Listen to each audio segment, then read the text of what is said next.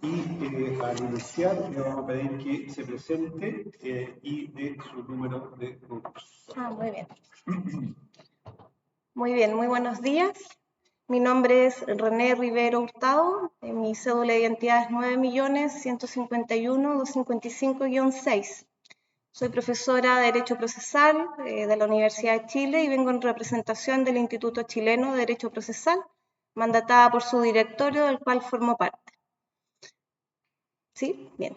Muy bien. Como instituto, nuestra intención era estar presentes en este proceso y poder aportar con nuestra visión general y una valoración general acerca de la regulación contenida en el anteproyecto, especialmente y específicamente en dos materias, el debido proceso y el capítulo 7º relativo al Poder Judicial. Para ir avanzando, porque el tiempo es breve, me referiré en primer lugar entonces a lo que respecta al debido proceso. Como cuestión general, valoramos que se haya reconocido expresamente en el texto constitucional el debido proceso como un derecho fundamental, cuestión que hoy no ocurre con la Constitución actual. Sin embargo, creemos que existe una indefinición del constituyente en esta materia, en tanto no toma un camino muy claro a efectos de consagrar este derecho.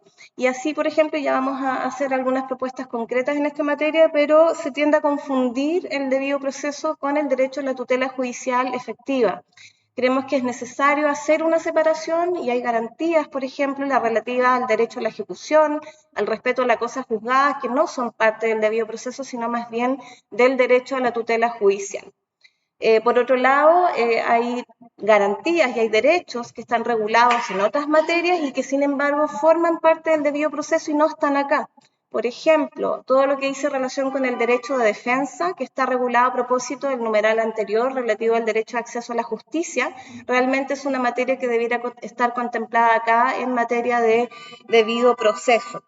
Luego, finalmente, hay una enumeración de garantías procesales, o sea, de garantías penales, sustantivas y procesales, todas juntas, siendo que las garantías penales procesales debieran estar reguladas en el debido proceso y no en conjunto con las demás.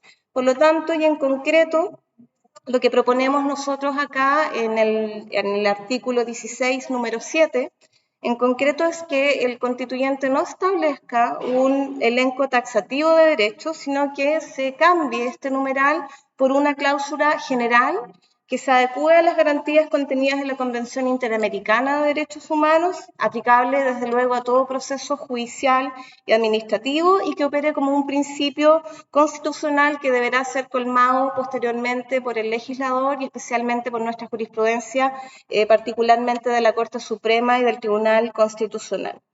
De la misma forma, y como ya se adelantó, creemos necesario separar y consagrar de forma diferenciada el derecho a una tutela judicial efectiva del debido proceso y finalmente usar una sola terminología, o se usa debido proceso o bien se usa racional y justo procedimiento, pero no las dos porque eso finalmente tiende a confundir.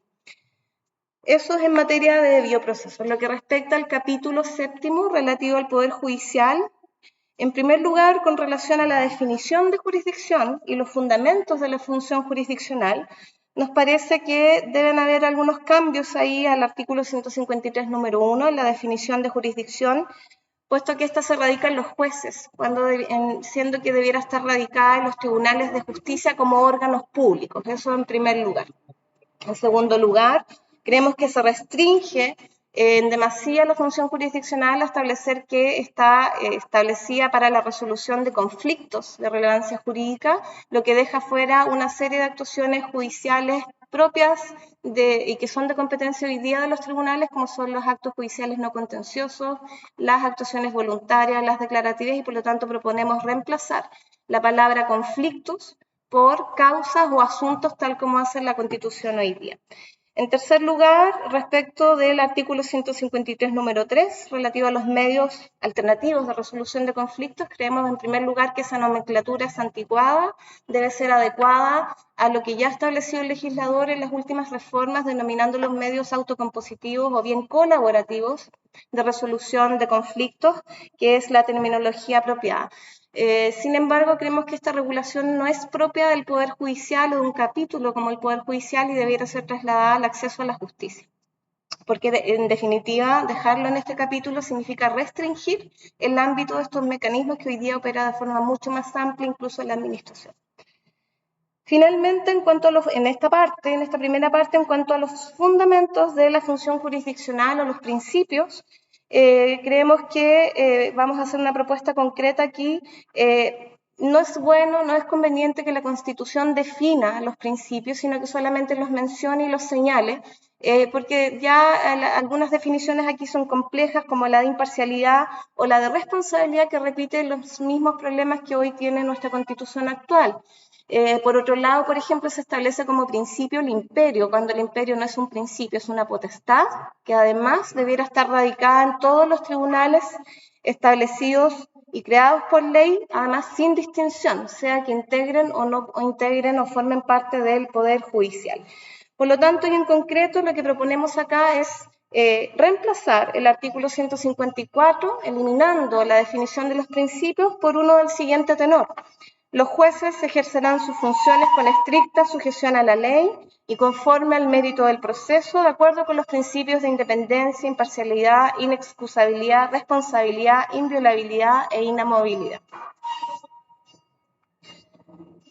En segundo lugar, y en lo que respecta a este capítulo séptimo, relativo al Poder Judicial, y con relación a la que es la organización de los tribunales de justicia y el principio de unidad de jurisdicción, nos parece que la regulación es confusa, surge la duda si se va a mantener la fragmentación que actualmente existe en nuestra Constitución actual entre tribunales que forman parte y no forman parte del Poder Judicial, lo que obviamente tiene mucha relevancia en tanto los órganos que no son parte del Poder Judicial hoy día no tienen cobertura constitucional y pueden, en principio, el legislador regularlos sin ningún parámetro.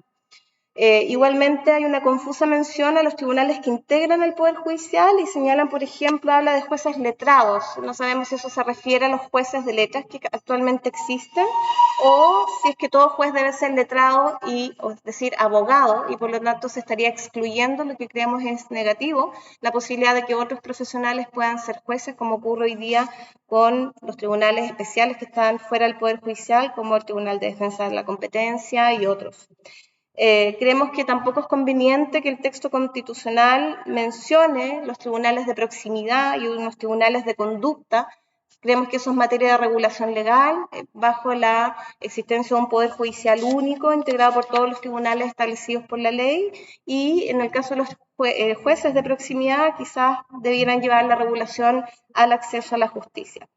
Por último, creemos en esta parte que la Corte Suprema sigue siendo considerada como cabeza del Poder Judicial, pero ya no detenta la superintendencia directiva, correccional y económica del artículo 82, sin embargo, continúa teniendo facultades directivas al intervenir en formar la quina de la Corte Constitucional, puede dictar autos acordados ejerciendo facultades económicas, sigue participando en el proceso legislativo al deber ser oída y además tiene una sobrerepresentación en el Consejo Coordinador del Poder Judicial. En lo que respecta a los fiscales judiciales, creemos que, muy bien, estos siguen adscritos a la Corte Suprema o a las Cortes de Apelaciones y debieran ser independizados de esas cortes.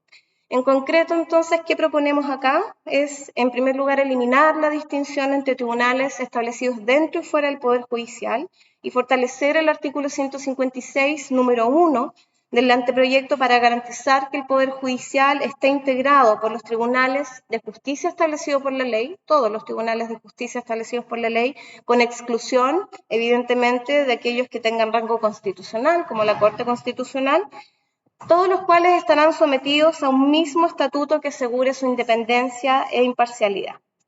Finalmente, y ya con esto termino, con relación a la gobernanza o el gobierno judicial, la gobernanza del Poder Judicial, nos parece que no se entiende la necesidad de fragmentar las funciones de gobierno judicial en 4 órganos de rango constitucional más un consejo coordinador de los mismos con meras facultades consultivas, elevando a rango constitucional las funciones que hoy ejerce la Corporación Administrativa del Poder Judicial, la KPJ, y la Academia Judicial, estableciéndolos al mismo nivel que el Poder Judicial y que la Corte Suprema. Estas funciones creemos deben ser materia de regulación legal. También falta una precisión de aquello que significa establecer 4 órganos de gobierno con autonomía o que sean autónomos. Se debe cuidar que esta autonomía no implique impedir el control de legalidad de sus actos, rendición de cuentas y probidad. Tampoco se ve una claridad de las funciones que tendría el Consejo Coordinador del Poder Judicial ni la utilidad de este órgano. Por lo tanto, y en consecuencia, lo que proponemos en esta materia es regular constitucionalmente solo las funciones de gobierno relativas al nombramiento, calificación y disciplina de los jueces, eliminar los artículos 158, 161 y 163 que establecen esos consejos y finalmente, y con esto ya termino, establecer o fortalecer el artículo 159 a fin de garantizar un sistema de nombramiento de los jueces y ministros sin intervención de autoridades o personas con vínculos políticos o económicos que puedan afectar la independencia de estos jueces en su nombramiento. Esa sería nuestra presentación. Muchas gracias a nombre del Instituto Chileno de Derecho Procesal. Muchas gracias, René Relero. Agradezco su presencia y participación en este acto significativo para el desarrollo de una nueva constitución. Gracias.